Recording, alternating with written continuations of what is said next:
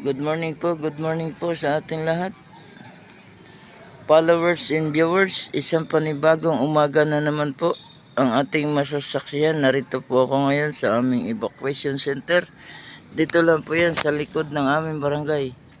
Ayan po, makikita po natin na unti-unti na pong magkakaroon ng pader ang paikot. At ayan po, tapos na rin yan. Biga na lang sa ibabaw at bintana.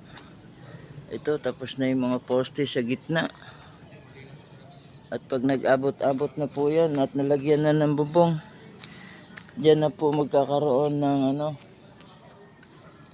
ng flooring naman po ang ating gagawin.